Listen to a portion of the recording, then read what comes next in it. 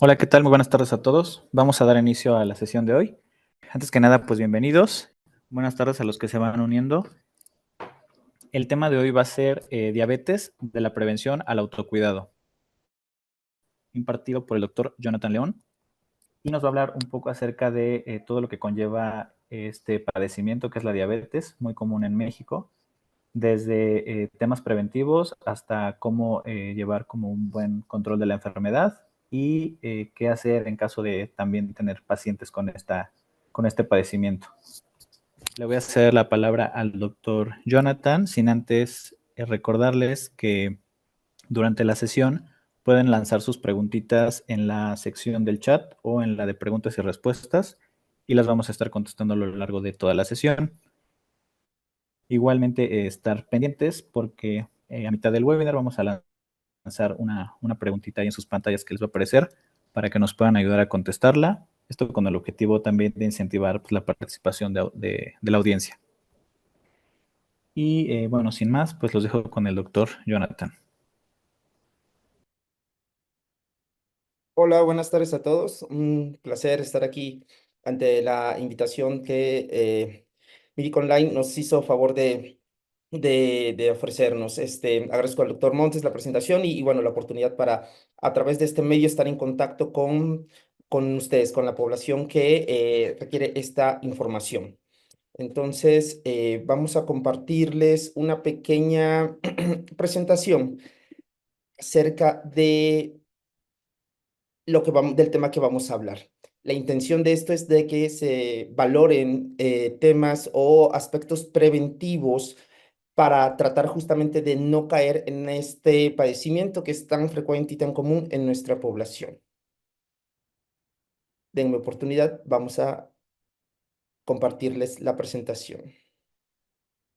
Ujú. Un momento, por favor.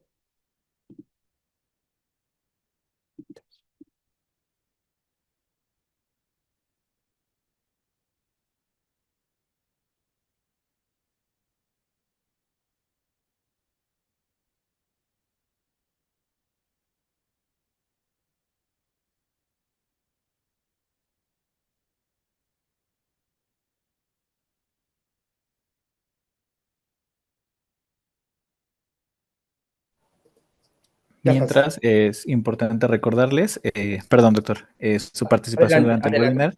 webinar. Su participación durante el webinar es muy importante para nosotros, ya que de esta manera nosotros podemos saber cuáles son las dudas más frecuentes que tienen ustedes como audiencia para poder solucionárselas. Entonces, siéntanse con toda la confianza de preguntar en la sección del chat o de las preguntas. Todas sus preguntas serán anónimas y las estaremos leyendo de igual manera. Adelante. Disculpen, ¿se ve la presentación? ¿Se logra ver la Sí, presentación? Sí, sí perfecto. se ve. Solo si la ponen en pantalla completa, por Sí, favor. así es lo que ando, es pantalla completa, reproducir. Ahí está. Perfecto.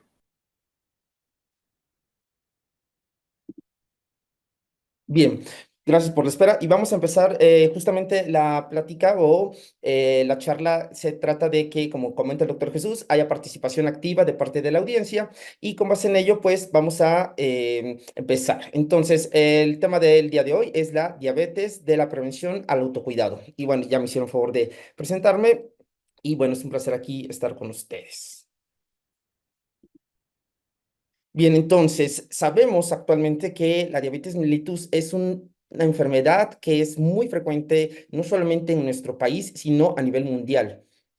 Sabemos que actualmente representa un tema de salud pública, es una enfermedad que representa demasiados costos, demasiados gastos para cada uno de los gobiernos en los países en los cuales se está presentando y que cada vez, obviamente, la globalización y la presencia de varios factores de riesgo en nuestro entorno hacen de esta enfermedad una de las más prevalentes y que, por supuesto, implica demasiadas consecuencias.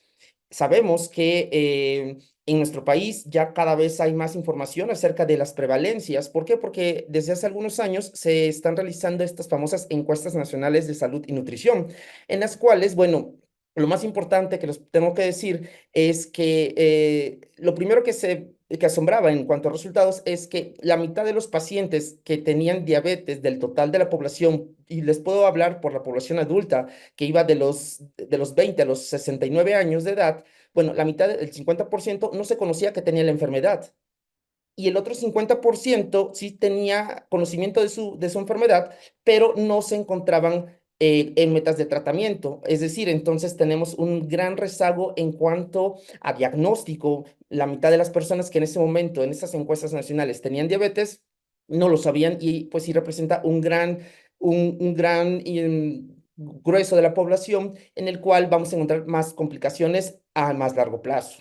Entonces, de las prevalencias les puedo hablar que ya por lo menos se habla del 10,5% y esta prevalencia se estima que vaya incrementando en nuestro país cada vez más de acuerdo a las siguientes encuestas que se vayan realizando. Entonces, como ustedes ven en pantalla, lo que principalmente gasta a los gobiernos, a la reserva de salud para el presupuesto de cada año es el tratamiento no solo de la enfermedad en sí, sino de las complicaciones. Sabemos que la diabetes mellitus es la principal responsable de la ceguera no traumática, es la principal causa de ceguera no traumática en nuestro país debido a la retinopatía diabética. Por otro lado, sabemos que también la diabetes mellitus es la primera causa de enfermedad renal crónica que requiere necesidad de una terapia de sustitución renal. En ese sentido, esto hace que pacientes o personas que estén en edades productivas, son relativamente jóvenes, empiecen con estas situaciones a temprana edad y, por supuesto, tendrán posibilidad de presentar más complicaciones si la esperanza de vida se los permite. Entonces, esto lo vemos sobre todo porque cada vez observamos más pacientes, en el caso de la diabetes tipo 2, por ejemplo, con diagnósticos inferiores incluso a los 20 años de edad. Anteriormente, ¿qué se decía? Se decía que las únicas personas que podían tener diabetes tan jóvenes eran los pacientes que eran antes llamados insulino dependientes o con diabetes tipo 1. Sin embargo, estos pacientes ahora ya no son de ese tipo y pasan a ser pacientes con diabetes tipo 2 a edades muy jóvenes, antes de los 20 años. ¿Y esto por qué? Por la gran pandemia que tenemos de sobrepeso y obesidad en nuestro país. Y de esta forma, al enfermar más jóvenes a más temprana edad, tendrán mayor oportunidad de tener estas complicaciones. De ahí la importancia justo de prevenir y hacer del autocuidado del paciente la estrategia más eficaz y en la que se pueda ahorrar más recurso para que únicamente se tengan que tratar las complicaciones ya que sean más difíciles de contener. Entonces, uno de los pensamientos clásicos es que, bueno, de que esa enfermedad no me puede dar a mí o nunca me va a pasar esa complicación o a pesar de que ya sé que tengo la enfermedad, vienen las aseveraciones acerca de yo tengo diabetes, pero sin embargo yo me siento bien, entonces yo como lo que sea en relación a no me cuido de mis alimentos y yo no me voy a sentir mal de esa forma. Y por pensamientos, digamos, de este tipo, muchas personas hacen caso omiso del autocuidado y por supuesto que pueden empeorar su salud a más temprana edad, ¿no? ¿Y qué pasa? Justamente, ¿qué pasa con el principal punto del tratamiento de los pacientes con diabetes? Y me refiero a cualquier tipo de diabetes, ¿no? Diabetes tipo 1, diabetes tipo 2, etc. Me refiero a la alimentación. Y es que justo sabemos de lo que están bien definidos cuáles son los placeres de la vida y uno de ellos es justamente el comer. El comer es una necesidad básica que los humanos tenemos, bueno, todos los seres vivos. Y en el caso de la diabetes, representa el principal punto de control o de manejo para que el paciente mismo desde su casa pueda estar bien en los niveles de glucosa. Sin embargo, aquí choca con el control de la diabetes, está en contra de ese placer de la alimentación en forma libre, porque justamente es lo que el paciente dice. El paciente muchas veces no puede o no entiende la situación en relación a que es por su bien las recomendaciones higiénico-dietéticas que se realizan, ¿no? Pero bueno, alrededor de todos estos factores viene involucrado justamente esto que es la diabetes. Perdón, doctor, por aquí hay una preguntita que nos hacen, que nos Claro. dicen, con lo que acaba de mencionar sobre los pacientes que tienen problemas de vista, ¿es cierto que en algunas ocasiones la insulina puede llegar a causar ceguera si no se usa adecuadamente? Gracias, doctor. Es de las preguntas, gracias por la pregunta, es de las más frecuentes que hay.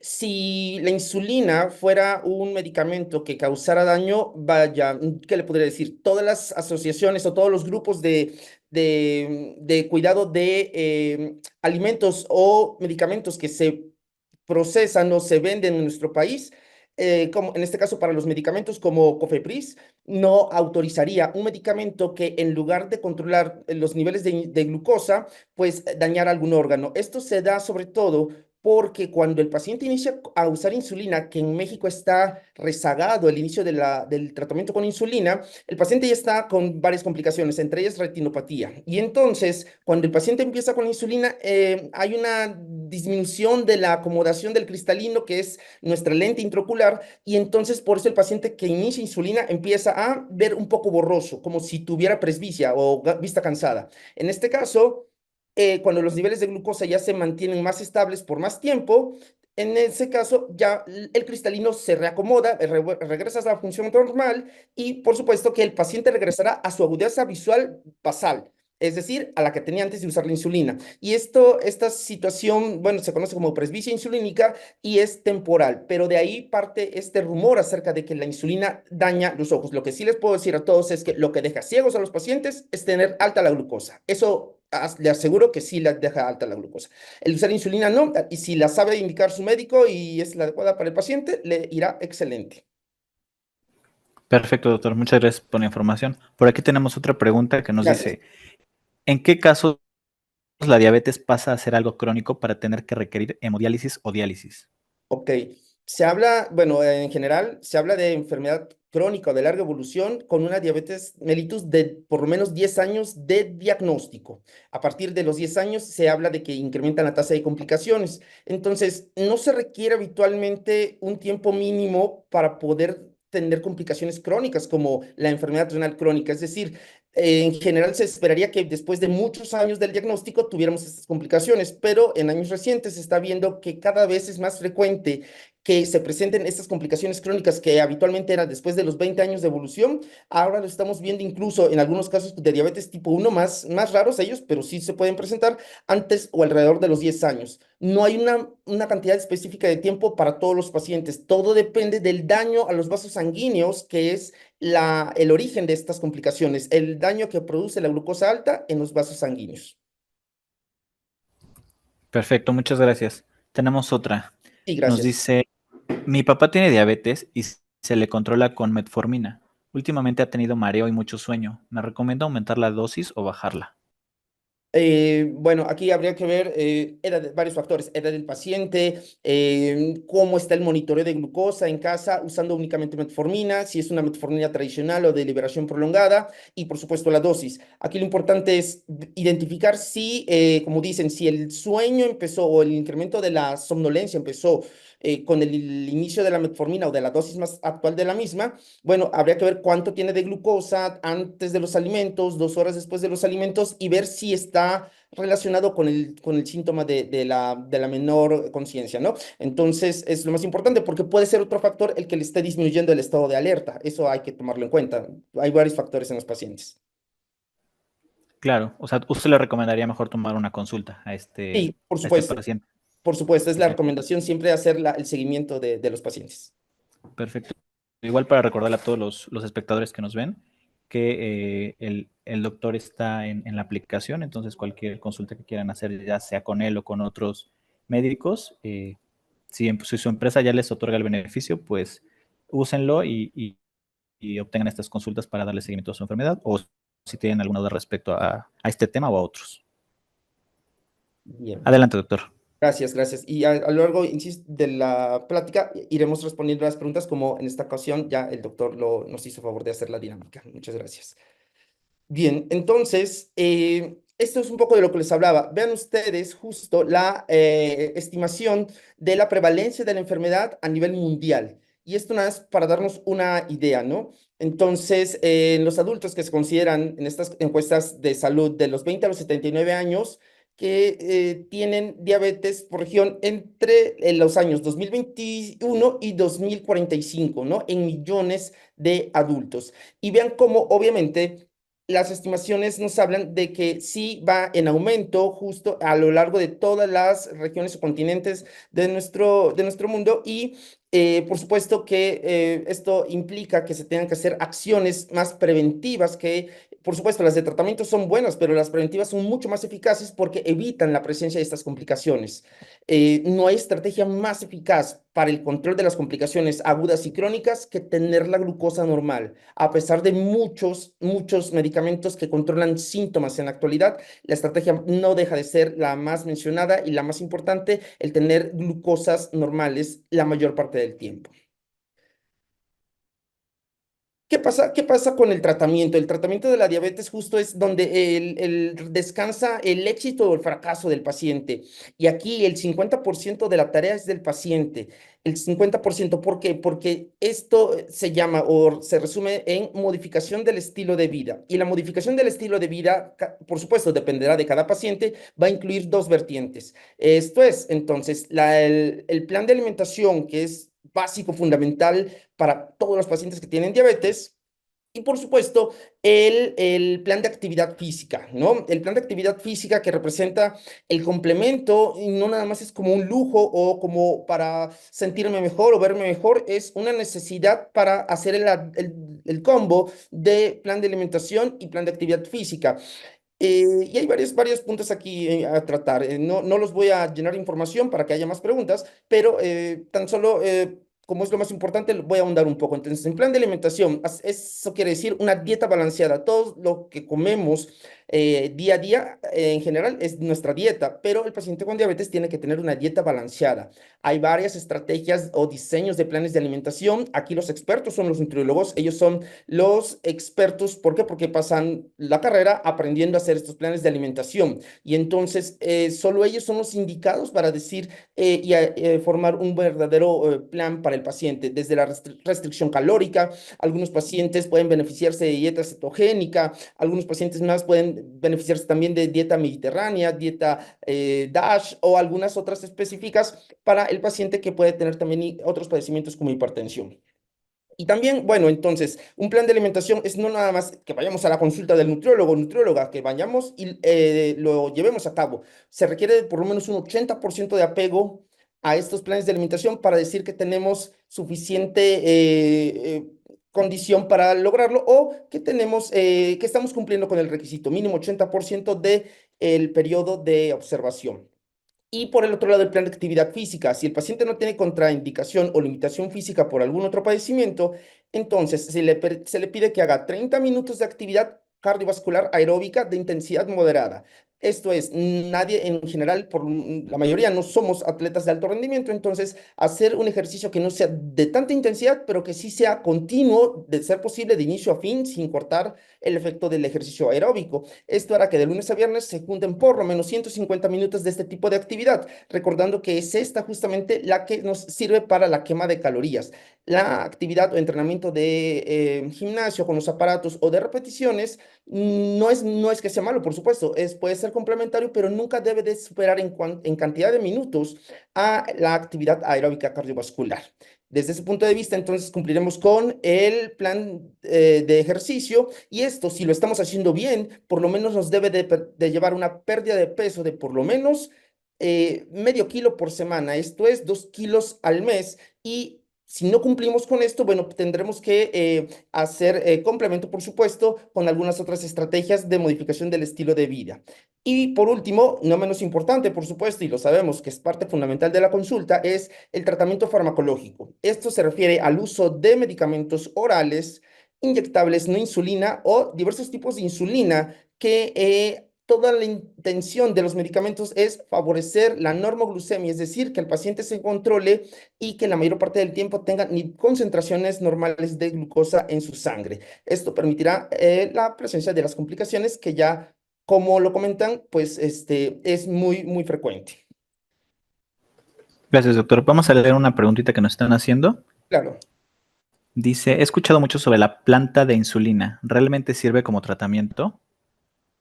Ok, es una muy famosa, es una que cada vez es muy frecuente encontrarla. Yo el fin de semana en Cholula, en uno de los puestos de la calle, le estaban vendiendo, ya ven que venden muchas plantas allá, y justamente me topé con una planta de insulina, una enorme, por supuesto. Eh, Muchos de los medicamentos de patente o alópatas, como les quieran llamar, tienen sus orígenes en extractos naturales, en plantas. Sin embargo, bueno, aquí la situación con los medicamentos alópatas es que se han estudiado las cantidades necesarias para que se trate una enfermedad y las cantidades que no debe consumir un paciente para no intoxicarse o no tener efectos adversos. En el caso de la hoja de insulina, bueno, se hace una infusión como un té y los pacientes tienden a tomarlo cada vez que se sienten mal, que se sienten que ya les subió la glucosa, porque eso es bien curioso. El paciente sabe, aunque no se tome la glucosa con un glucómetro, ya identifica cuando está alta la glucosa y con ese sensor es cuando a veces toman el té de insulina y por el componente que tenga, que no, yo la verdad es que desconozco cuál es la sustancia, pero definitivamente tiene algo que sí hace disminuir los niveles de glucosa. Aquí el asunto es que no existen los estudios que respalden el uso de esta insulina, de esta hoja de insulina o de alguna otra que sirva para algún fin, ¿no? En el caso de diabetes, no está la información que requerimos para decir, bueno, si vamos a hacer un litro de té, ¿cuántas hojas le tengo que poner para que sepa menos o más amargo o para que el paciente se lo tome? O en cuánto de agua lo tengo que diluir. Y lo más importante, ¿cuánto tengo que tomar cada cuántas horas, ¿no? No existen estos estudios porque, bueno, sabemos que el tipo de remedio no se lleva de esta forma. Y bueno, entonces la hoja o el té de insulina, en efecto, baja la glucosa, pero yo, o sea, en mi posición, yo no le puedo recomendar a alguien algo que yo no sé cómo prepararlo, no sé las cantidades y por supuesto no sé qué tanto me vaya a pasar en algún momento y que tenga una reacción adversa. Por eso yo no le puedo recomendar. Es como los suplementos, es el uso de cada una de estas sustancias va bajo la responsabilidad, sí, de quien lo recomienda, pero sobre todo de quien lo usa, ¿no? Esa es la realidad. Perfecto, doctor, muchas gracias. Les vamos a lanzar una preguntita ahorita que les va a estar saliendo en su pantalla. Si nos hacen favor de responderla, se los agradeceríamos mucho. Adelante, doctor. Muy bien. Entonces, justamente estamos hablando en el tema de hoy de los aspectos preventivos. ¿Cuáles son los más importantes de estos que tenemos que llevar a cabo para no presentar riesgo de tener siquiera un término que ya está bien establecido, que es la prediabetes, que es una situación de riesgo, un factor de riesgo que hace que yo probablemente en los próximos 5 a 10 años yo tenga diabetes o definitivamente que ya hablemos ya de la enfermedad como tal, de diabetes mellitus, y que no queremos llegar a ninguno de esos dos escenarios, ¿de acuerdo? Entonces, el primer aspecto preventivo es justo eso, mantener un peso ideal. Insisto, no es cuestión únicamente de vanidad o de vernos bien. El primer motivo por el cual el paciente debe de cuidarse justamente es salud preventivo. Entonces, sabemos que el gran grueso de la población con diabetes tipo 2 y sin miedo a equivocarme, más del 90% de los pacientes con esta enfermedad tienen sobrepeso u obesidad. Recuerden que medimos si una persona tiene sobrepeso u obesidad sabiendo la talla y el peso del paciente y entonces hablamos de sobrepeso, obesidad grado 1, 2 y 3. El grado más extremo que es obesidad mórbida o severa. Y entonces el paciente que tiene este sobrepeso y obesidad, imagínenlo, más si tiene factores de riesgo hereditarios, que esos no los podemos cambiar, no podemos escoger la familia donde nacemos, entonces tenemos que quitarle riesgo a nuestra condición genética. Si de por sí, insisto, hay factores heredofamiliares para diabetes, mamá, papá, hermanos, y por otro lado tenemos la presencia de nuestro propio ambiente que estamos haciendo contraproducente para no tener diabetes, pues vamos a tener la enfermedad en cualquier momento. Entonces, lo que sí podemos modificar, ¿qué es? No tener sobrepeso o no tener obesidad. El principal tratamiento de sobrepeso y obesidad es justo lo que comentamos, la modificación del estilo de vida. Y vuelvo a comentarlo, se divide en plan de actividad física o llámenlo si quieren ejercicio o plan de alimentación que lo podemos llamar como una dieta balanceada. Si cumplimos con estas características, lo más seguro es que tengamos una pérdida progresiva de peso y que nos alejemos del riesgo de progresar a prediabetes siquiera y hablar de diabetes, pues mucho más alejados estaremos.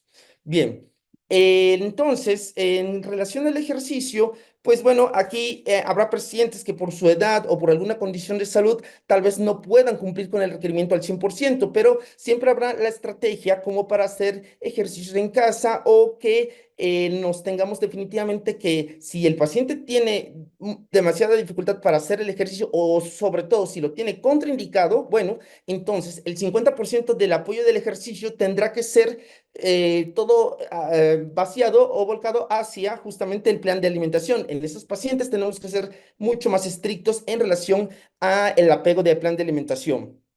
En ese caso, insisto, los expertos van a ser los nutriólogos quienes van a ser nuestros coaches en el diseño de los planes de alimentación. Nosotros, por ejemplo, en consulta podemos hacer la orientación acerca de equivalentes de alimentos, cuál puede sustituir uno por otro y puede ser de hacemos algunos tips o recomendaciones en general, pero definitivamente no sustituye a lo que puede llegar a ser un nutriólogo o nutrióloga que, bueno, insisto, ellos son los líderes en ese campo. Sabemos que, bueno, en general, todo lo que puede implicar la alimentación en contra de un control de la glucosa, bueno, pues va a ser esta famosa comida chatarra. Se les llama también como calorías huecas. ¿Por qué? Porque solamente nos aportan estos alimentos calorías que si no procesamos, si no hacemos ejercicio lo suficiente, nos van a hacer subir de peso y que son calorías huecas porque no nos nutren. Recuerden que de los alimentos, los principales que nos nutren son las proteínas y de estas tenemos que escoger tal vez una proteína, sí es cierto, tal vez de origen animal, pero con bajo contenido de grasa. Y aspectos de ese tipo son los que podemos tratar en consulta, pero nos tenemos que enfocar nosotros más en la parte de ver cómo está el paciente, si es cierto, con sus estudios de laboratorio y con base en las características propias del paciente es cómo hacemos el diseño del tratamiento farmacológico. Pero ya cuando estamos hablando de farmacológico, pues ya muy probablemente el paciente esté a punto de tener alguna complicación. Entonces, recuerden que las complicaciones más frecuentes y que queremos evitar son la retinopatía, que es la afección de la vista, la nefropatía diabética, que es la afección de la función del riñón y por consecuencia la presencia de insuficiencia renal. Y la tercera de las complicaciones, que es la más frecuente, más que retinopatía y que nefropatía, es la neuropatía diabética. Es por mucho de las complicaciones de este tipo, las más frecuentes de las microvasculares. Y resulta que el paciente muy frecuentemente las tiene y es muy molesto cuando el paciente dice que tiene ardor o dolor de tipo quemante en las extremidades inferiores. Y sí, en efecto, hay muchos medicamentos que pueden llegar a quitar el dolor, pero en forma temporal solamente. Y vuelvo a comentar lo mismo, la estrategia que definitivamente nos ayuda a largo plazo es la normoglucemia o tener la glucosa normal en la sangre, ¿de acuerdo? Aquí cabe aclarar un punto de las complicaciones más, digamos, graves de la diabetes y que pueden llegar, a final de cuentas, a acabar con la vida del mismo, es la complicación cardiovascular. La principal causa de muerte en los pacientes con diabetes es el infarto agudo del miocardio. De hecho, tener diabetes mellitus sin haber tenido un cuadro clínico de dolor de pecho o de infarto al corazón, ya con solamente el diagnóstico de diabetes es equivalente a haber tenido en el pasado un infarto al miocardio, un infarto coronario. De tal forma que para que vean la equivalencia de tener diabetes como riesgo, como factor de riesgo cardiovascular. ¿De acuerdo? Y bien, entonces, ¿qué otras cosas podemos hacer para prevenir la diabetes? Aparte de cuidarme en mi alimentación, aparte de cuidarme en mi peso, por supuesto, y en hacer mi actividad física, bueno, pues la diabetes forma parte de este famoso síndrome metabólico que es tan prevalente en nuestro país porque justamente los componentes del síndrome metabólico son muy frecuentes en nuestra población. Entonces, por eso la incidencia, más bien la prevalencia del síndrome metabólico es muy frecuente. Y entonces, este síndrome es la presencia en la misma persona de estos padecimientos, que es tener diabetes o una glucosa por arriba de 100 en cualquier nivel, tener hipertensión arterial, que es la otra gran cara de la moneda y el principal acompañante de la diabetes. Gran parte de la población adulta en nuestro país tienen este combo de enfermedades. De allí tenemos la hipertrigliceridemia, que es como parte de las dislipidemias que podemos encontrar o problemas de colesterol en nuestro cuerpo. También tenemos como parte importante de esto el tabaquismo, ajá, y el perímetro abdominal, que sería lo que representa justamente el punto del sobrepeso y obesidad. Entonces, si tenemos este síndrome metabólico, lo más frecuente es que tengamos también complicaciones a largo plazo de la diabetes porque se verá más fácil su presencia con la presencia de otras enfermedades. Entonces, también tenemos que cuidar nuestros niveles de colesterol. Esto lo podemos valorar a través de un perfil de lípidos y el perfil de lípidos idealmente debe incluir colesterol total, triglicéridos, colesterol bueno o HDL y colesterol malo o LDL. Entonces, tenemos diferentes metas de tratamiento dependiendo del número de factores de riesgo que tenga cada persona. Por eso no es lo mismo tratar a un paciente de 70 años que ya se infartó a un paciente de 50 que no tiene ningún antecedente o un desenlace primario, ¿de acuerdo? Entonces, eso es importante, tener niveles o metas de todos los componentes del perfil de lípidos. Y por supuesto, les estaba hablando, revisión de la presión arterial. La presión arterial es muy frecuentemente llamada el asesino silencioso. Y entonces, en ese sentido, nosotros podemos tener hipertensión y nuestro cuerpo se pudo haber acostumbrado a esos niveles altos de presión arterial y decimos, no me siento mal, seguramente yo tengo bien la presión, o a pesar de que yo ya sé que tengo hipertensión arterial, no me tomo el medicamento porque igualmente me siento bien. En ese caso, bueno, pues justo hay que ir a una revisión, a consulta para saber cómo están mis niveles de presión, sobre todo si no tengo ningún diagnóstico previamente realizado. A partir de los 35 años se puede hacer una revisión y si dependiendo de los hallazgos de esa consulta se puede ir determinando la frecuencia de las siguientes consultas o se pueden ir agregando otros estudios para determinar si no hay riesgo y por qué lo hacemos de esta forma o por qué se tendría que hacer de esa forma porque es la forma más precisa, la prevención de evitar la presencia de estas complicaciones, ¿de acuerdo? Entonces, muy importante tener todos estos factores del síndrome metabólico, por supuesto, tomados en cuenta y que no se nos vaya ninguno para que esta prevención sea todavía mucho, mucho más exitosa. Gracias, doctor. Vamos a proceder a leer unas preguntitas que tenemos aquí. Claro que sí. La primera nos dice, con estas recomendaciones que nos hace, ¿es posible revertir la diabetes? Ok, todo depende del momento específico en el cual el paciente empieza la ejecución de estas acciones. Si se refiere la pregunta a una persona que ya tiene diabetes y aplica todas estas acciones que, bueno, ya serían más que preventivas, serían terapéuticas, en ese caso podemos hablar de que el paciente puede llegar a un nivel de control de su enfermedad y hablamos de una diabetes mellitus controlada. No podemos hablar de una diabetes mellitus curada o antecedente de, porque justamente existe un término que se llama memoria metabólica en nuestro cuerpo y en donde por el tiempo en el que estuvimos descontrolados, esa inflamación que produce la glucosa alta y el daño que se produce en los vasos sanguíneos, eso ya se presentó y eso ya quedó registrado, por decir así, en el metabolismo de nuestro cuerpo. Y de esta forma, siempre tenemos como esta situación de saber que sí tenemos diabetes, pero que en el caso del paciente que ya se controla, pues le llamaremos de esa forma. Tengo diabetes y está controlada. Afortunadamente, ya sea por modificación de estilo de vida o por tratamiento farmacológico, o la mayor parte de los casos por la combinación de ambos. Pero no podemos hablar de una diabetes mellitus que desapareció, ¿no? Con el tema de la cirugía bariátrica, que en verdad hace que los pacientes pierdan muchos kilos y muy rápidamente, se habla que, o la mencionaban como la cirugía de la curativa de diabetes. Y es que obviamente, bueno, si los pacientes perdían peso, que era lo que estábamos hablando, un punto fundamental de esta charla, los pacientes tenían disminución de los requerimientos de tratamiento de diabetes o de hipertensión o de dislipidemia y los pacientes podían dejar de tomar medicamentos después de perder 25 kilos. Por supuesto, esa es la génesis de la enfermedad. Por supuesto que si ya no tenemos el sobrepeso o obesidad, pues no vamos a tener necesidad de tomar medicamentos. Sin embargo, por el tema que les comentaba de la memoria metabólica, sí es difícil decir diabetes mellitus curada, pero sí le podemos decir que está bajo control, ¿no? Ujú. Perfecto, doctor. La siguiente nos dice, ¿es lo mismo la diálisis que la hemodiálisis en los pacientes diabéticos?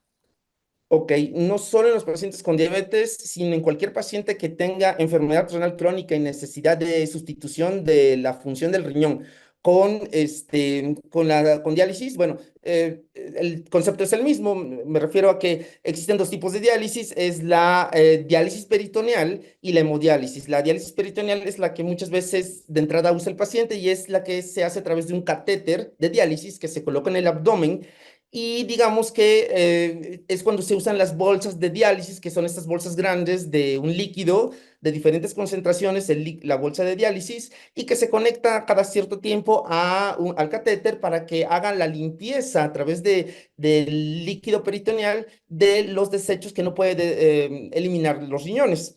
El otro tipo de diálisis es la hemodiálisis, es aquella que se hace a través también de un catéter, pero este catéter se coloca, por ejemplo, puede ser en el cuello, o bien puede ser un catéter que se coloque a través de una fístula arteriovenosa, que es una conexión aquí en el pliegue del brazo, y que van conectados a la máquina de hemodiálisis. Estos pacientes tienen que ir forzosamente 2 o 3 veces por semana al hospital, al área de hemodiálisis para conectarse y estar ahí, depende de lo que indique su nefrólogo, 1 o 2 horas para estar depurando todos esos desechos que justamente el riñón ya no puede hacer. Entonces, esa es la diferencia principal para cualquier tipo de paciente, no solamente para pacientes con diabetes. Muy bien, doctor, muchas gracias por la información. Tenemos otra que nos dice, mi papá tiene insuficiencia renal, necesita un tratamiento de hemodiálisis, que es lo que nos comparte su médico, pero no quiere hacerlo. ¿Cómo podemos convencerlo para que quiera tratarse? Tiene 66 años. Y precisamente se toca con esta pregunta un punto que es básico para el éxito de tratamiento de cualquier paciente con diabetes, así como del caso del señor de 66 años, que supongo que tiene ya varios años de diagnóstico, igual para el paciente de 15 años que tiene diabetes tipo 1 y que se encuentra en una etapa de rebeldía y de no aceptación del tratamiento y que tiene reciente diagnóstico. Cualquier paciente en esos extremos o en el gran grueso que está encuentra entre ellos, si el paciente no hace un ejercicio de entendimiento que em, es necesaria y forzosamente la cooperación del mismo para entender que, ok, en la etapa preventiva de las complicaciones, de que si no quiero que me den las complicaciones, tengo que cuidarme de la glucosa. Eso es básico, fundamental. Y si no importa que su médico sea la mejor persona y la más capacitada, si el paciente no se quiere cuidar, el paciente va a tener glucosas altas toda la vida, ¿no? Por lo menos la vida que el médico lo vigile, ¿no? El caso de los pacientes que ya tienen complicaciones, si el paciente, a pesar de saber que ya tiene un daño a órgano blanco y que sabe que es un órgano vital, por supuesto, sin riñones no podemos vivir. Podemos vivir con un riñón, pero sin riñones no podemos vivir. Entonces, tenemos que tratar de hacer que los pacientes, en este caso, en el caso de la pregunta específica, se entienda que es una complicación, es algo que ya no podemos evitar, ya es un daño que está presente. Si aquí el paciente en esta etapa quiere o piensa, bueno, ahora sí me voy a cuidar de la glucosa porque no quiero dializarme, pero ya tengo insuficiencia renal y ya se me sube el potasio y ya me hincho, retengo líquidos y no quiero tener la diálisis, ya no se va a poder porque eso era en la etapa preventiva donde tenía que controlarme la glucosa. Cuando el daño ya se presenta a órgano blanco, si me controlo de la glucosa, voy a retrasar el empeoramiento del daño al órgano, pero ya no regreso a una función basal. Eso pasa en los riñones, eso pasa en los ojos, eso pasa en relación a la neuropatía diabética o a algunas otras complicaciones. El controlarme de la glucosa tiene más éxito en la etapa preventiva que en la etapa ya de la presencia de las complicaciones. Habrá que hablar específicamente con el señor, hacerle entender que, bueno, él tiene el apoyo de su familia, que lo van a estar acompañando y que es necesario porque definitivamente hasta que no consiga un donador, ¿no? Que es aquí en México la tasa de trasplantes, aunque ya se hacen más, todavía está muy baja y hay una lista de espera muy importante, pues a pesar de eso, sí tendrá que ceder en algún momento para no llegar de urgencia a una sala del hospital, ¿no? Que puede llevar a otras complicaciones, incluso la muerte. Muchas gracias, doctor. Vamos a dar 2 minutitos más para que puedan poner sus preguntas en el chat o en la sección de preguntas y respuestas. De 5:40 a 5:41 vamos a estar cerrando la participación de los usuarios y vamos a proceder a leer otras de las preguntas que tenemos aquí. Igual, doctor, si nos puede apoyar con respuestas un poco más cortas para que nos dé tiempo de leerlas, Claro, porque todavía sí, tenemos sí, por supuesto. aproximadamente unas 15 preguntas todavía. Sí, claro, La gracias. siguiente nos dice, ¿el dolor de ciática tiene alguna relación con diabetes? Puede estar presente en algún paciente con diabetes o puede ser un paciente no diabético. Digo, aquí es diferente el origen, ¿no? Tal vez el dolor de ciática no sea el más frecuente en pacientes con diabetes y se tendrá que estudiar al paciente por individual, ¿no? Puede ser una hernia de disco lo que le esté provocando justamente este tipo de dolor, ¿no? Pero sí, puede no ser el más frecuente, pero sí lo pueden llegar a tener. Perfecto. La siguiente nos dice, ¿cómo saber si soy prediabético? Ok, está bien definida la categoría de prediabetes y entonces son tres definiciones y todas son analíticas, es decir, de laboratorio. Prediabetes es glucosa de ayuno de 100 a 124 o 125. Una hemoglobina glucosilada de 5,7 a 6,4%. O bien, después de hacer una curva de tolerancia a glucosa con 75 gramos, que el resultado de los 120 minutos sea de 140 a 199 miligramos de cilitro. Muchas gracias. La siguiente nos dice, ¿es cierto que el nopal sirve para bajar los niveles? Es cierto, por supuesto, es un alimento muy nutritivo y que algunos de sus componentes metabolizan, hacen un metabolismo más rápido de la glucosa. No bueno, podemos encontrar en el mercado cápsulas de nopal o algunos suplementos de nopal, pero que sí llegan a tener cierta influencia, pero al igual que pasa como parecido con el té de insulina, ¿cuánto le voy a poner de nopal hoy al licuado? O, si me explico, la respuesta puede variar de paciente a paciente, pero sí, sí nos ayuda al metabolismo más pronto de la glucosa. Ujú. Muy bien, doctor, muchas gracias. La siguiente dice, ¿qué significa ser prediabético y cómo puede detectarse? Ok, es un poco enlazado a una de las preguntas anteriores. ¿Cómo puede detectarse? Básicamente por laboratorio, como ya lo comenté. ¿Y qué significa ser prediabético? Tener un riesgo incrementado en relación o comparado con la población general para que yo pueda desarrollar diabetes entre los 5 a 10 años próximos. Esa es una categoría de riesgo a progresión. Muy bien, muchas gracias. La siguiente nos dice, si tienes infección en alguna extremidad, se corta.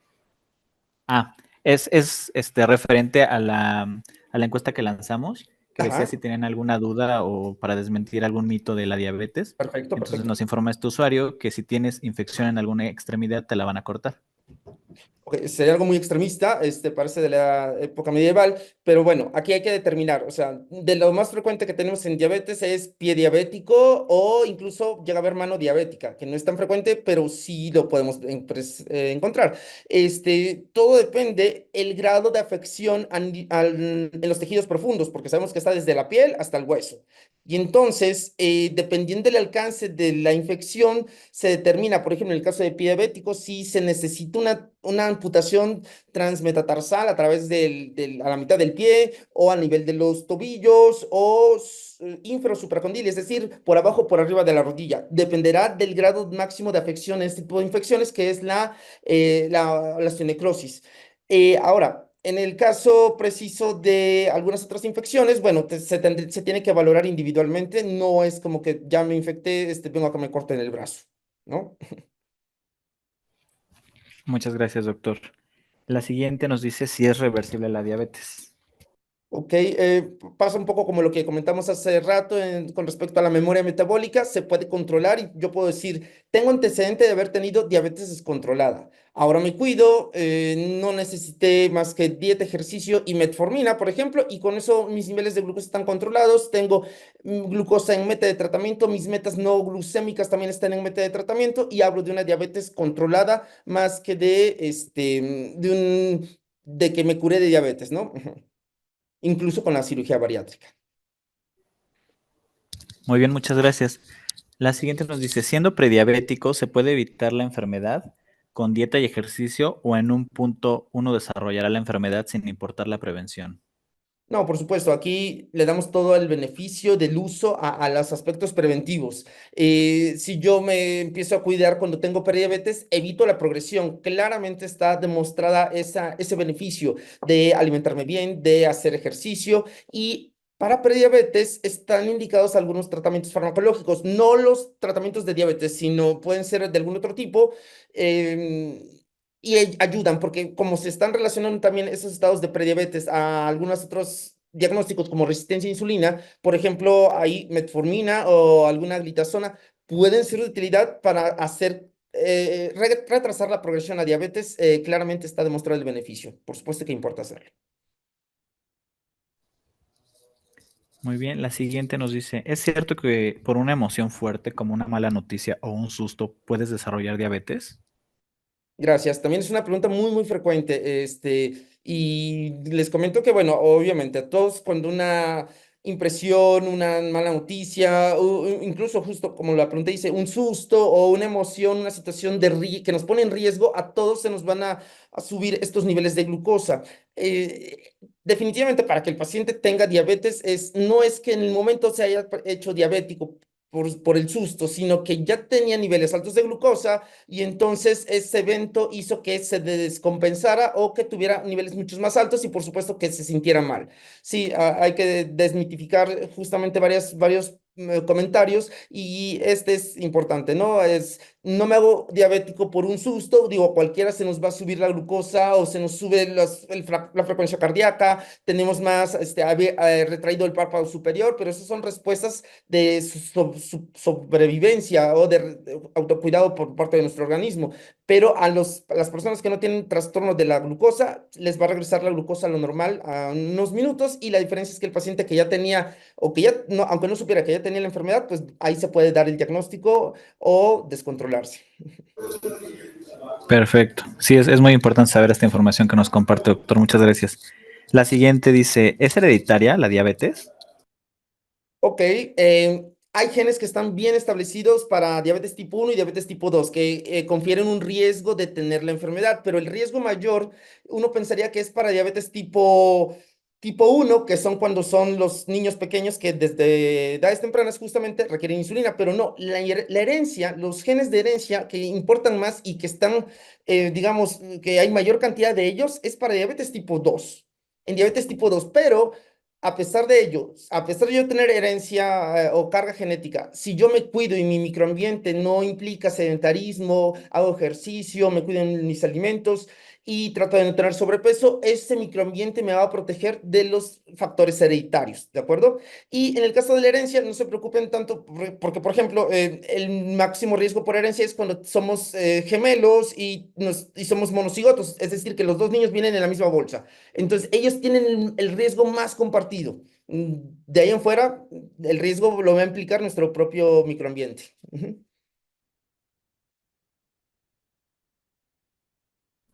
Muchas gracias. La siguiente que nos comentan por aquí ¿es cierto que es malo comer frutas antes de dormir? Pues puedo desarrollar diabetes. Ok, bueno, aquí, como todo en la vida, importa saber cuánto va a comer de fruta en la noche, ¿no? Cualquier plan de alimentación de los pacientes con diabetes incluye porciones de fruta, por supuesto, porque es un alimento natural, porque nos aporta vitaminas, minerales, etc. Pero para cualquier paciente con diabetes es también una situación preocupante la fruta, porque a todos nos gusta la fruta. ¿Por qué nos gusta la fruta? Porque la fruta sabe dulce. Ninguna fruta sabe salada o de un diferente sabor, ¿no? Entonces, tienen que comer fruta, pero medida por porciones, las cuales están indicadas en el plan de alimentación. No es lo mismo comernos un cóctel de frutas que sea de 1 kilo a comer la porción de papaya con queso cottage o la porción de la manzana completa. Esa puede ser una opción, ¿no? Siempre pueden comerla, pero va con medida. E incluso para el paciente que no tiene diabetes, o sea, el riesgo sería que si como mucha fruta, voy a acumular muchas calorías y esto me pone en riesgo de subir de peso y la subida de peso de tener diabetes en algún momento. Entonces, todos se deben de cuidar de la cantidad de fruta o específicamente de azúcares que comemos. Ok, doctor. Otra de las preguntas que salieron a partir de los mitos que tiene la gente es, ¿se puede regular la glucosa no comiendo harinas, pero sí solo carne? Ok, es parte de lo que se llama como dieta cetogénica, que es la exclusión total de los carbohidratos y de los azúcares de nuestro plan de alimentación. No todos los pacientes les quedará este diseño de alimentación porque a algunos les convendrá por el tipo de metabolismo. Lo ideal es que en el clásico plan de alimentación de restricción calórica, sí consumamos algunos carbohidratos que no sean de rápida absorción, que no sean carbohidratos simples, que no nos hagan picos altos de glucosa, porque a final de cuentas los carbohidratos son el principal combustible de nuestro organismo día a día. Y bueno, si volteamos a ver nuestros restaurantes o nuestros lugares de preparación de alimentos, más del 50% de los alimentos que nos pueden dar tienen algún carbohidrato en su estructura, en su composición. Por lo tanto, tenemos que aprender a comer esos carbohidratos que sean menos dañinos, pero que sí los podemos incluir en nuestra dieta diaria, ¿no? Para no hacer tanta la exclusión total de los mismos. Muchas gracias. Otra de las preguntas comunes es, una vez que te inyectas insulina, ¿te debes inyectar siempre? Entiendo. No, esa también se puede decir que es un mito, porque si el paciente se insuliniza, es porque tiene criterios, porque está muy descontrolado y porque es lo que más le va a ayudar. El mejor tratamiento de diabetes es la insulina hoy por hoy. Claro, si se sabe indicar. Pero aquí lo más importante es si el paciente logra ir disminuyendo su dosis progresivamente, manteniéndose controlado, llega un momento en que se puede intentar el destete de la insulina y se puede hacer el traslape a terapia oral. Eso es algo muy bueno. Perfecto, muchas gracias. Muchas gracias. La siguiente, el siguiente mito que tienen por aquí es que la tortilla no sube la glucosa. Depende de qué tortilla. Estamos hablando, por ejemplo, y la cantidad. Siempre vamos a hablar de cantidades y el tipo. Eh, Todas las tortillas, excepto la de nopal o algunas otras que sean como hechas con una base diferente al maíz, pues ellas sí van a estar como más, digamos, si tiene algún componente como harina o algo, puede ser que si el 100% de la tortilla no es ni maíz ni harina, bueno, pueden ser benéficas para el plan de alimentación. Pero de ahí en fuera tortillas de maíz, principalmente en nuestro medio, es la más famosa, la más importante y la más adquirida. Las tortillas de harina, con mayor razón, por supuesto, todas ellas van a subirnos la glucosa y, por supuesto, aquí importa mucho cantidad. Vuelvo a lo mismo, por eso son las porciones, que en el caso de las tortillas es una tortilla de maíz de molino, de tortillería, es equivalente a una porción de carbohidrato. Entonces, en dos tacos ya nos comemos dos porciones de carbohidratos y no estarían mal, pero el asunto es que voy a comer a lo largo del día otras porciones de carbohidratos y en ese sentido es por eso que hay que medir lo que estamos comiendo. Muy bien, muchas gracias, doctor. Vamos a proceder a leer las últimas tres preguntas que tenemos. Sí. Una de ellas es, ¿en la prediabetes se puede presentar endurmecimiento en manos? Ok, entiendo, como la falta de sensibilidad que tenemos entumido las extremidades. Bueno, pues hablando en relación a que fuera directamente asociado a diabetes, puede ser que no, porque en prediabetes no tendremos tanto tiempo de exposición a concentraciones altas de glucosa, ni tanto tiempo ni tan elevada la glucosa. Recuerda que no debe rebasar los 125 miligramos. Yo creo que, bueno, puede ser una persona que tenga prediabetes y algún otro factor de riesgo o algún otro padecimiento que le esté produciendo ese síntoma. Pues no sería la única opción la diabetes en ese caso, ¿no? Ujú. Muy bien, muchas gracias. La penúltima pregunta es, Sí. he escuchado sobre diabetes gestacional, pero me Ujú. gustaría saber qué es. Ok, es una de los cuatro tipos de diabetes que se incluyen dentro de la clasificación de diabetes. Es diabetes tipo 1, diabetes tipo 2, diabetes gestacional y el cuarto rubro es otros tipos de diabetes que incluyen muchos más. La diabetes gestacional es la diabetes que se diagnostica por primera vez después de la semana 20 de gestación y se refiere a la presencia de cifras altas de glucosa por primera vez en el embarazo. Entonces, hay criterios bien establecidos para identificar bien esta diabetes gestacional y lo más importante es que representa un factor de riesgo para la mamá y para el producto. Para el producto de que si nace en un ambiente dominado por grandes cantidades de insulina en su placenta, entonces este producto tiene riesgo al nacer ya programado de tener diabetes por haber tenido a su mamá con diabetes gestacional descontrolada. Entonces ya él tiene riesgo de tener diabetes mellitus en su adultez. Y la mamá puede, o desde complicarse la finalización del embarazo, preeclampsia, y si todo esto pasa y no sucede nada, tendrá el principal factor de riesgo para tener diabetes mellitus después de su embarazo. Entonces, se debe de evitar tener diabetes gestacional. Y para ello, pues, no tener los factores de riesgo para tener diabetes mellitus son los mismos para evitar la diabetes gestacional. Perfecto, doctor. Ya vamos a leer la última preguntita para ya dar Bien. por finalizado el webinar. Ujú. Nos dice, igual, relacionado con los mitos sobre la diabetes, es si todas las personas con diabetes se quedarán ciegas y perderán las extremidades. Excelente pregunta para terminar. Las personas que se quedan ciegas, las personas que se quedan sin extremidades, las personas que ya no tendrán función renal y que tendrán necesidad de diálisis, estas personas son los pacientes que tuvieron niveles altos de glucosa muchos años. Esa es la clave para tener complicaciones. tener glucosa muy alta y que sea no por una semana ni por 2 meses, sino por muchos años.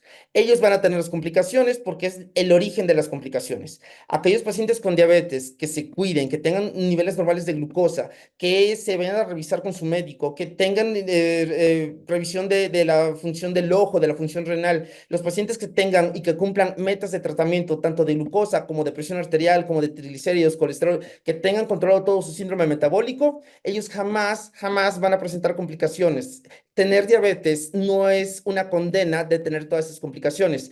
Es la única enfermedad que le da al paciente la oportunidad de decidir cómo quiere que le vaya en el futuro, no así el cáncer, no así otras enfermedades, otros tipos de padecimientos. La diabetes sí lo hace, entonces lo tienen que aprovechar. Muy bien, doctor, muchas gracias. Pues con eso damos por terminado la sección de preguntas y respuestas.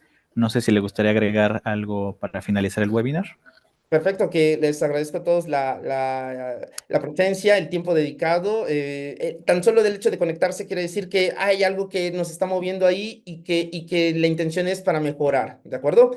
Les agradezco a ustedes, al equipo de marketing, a usted, doctor, por la invitación.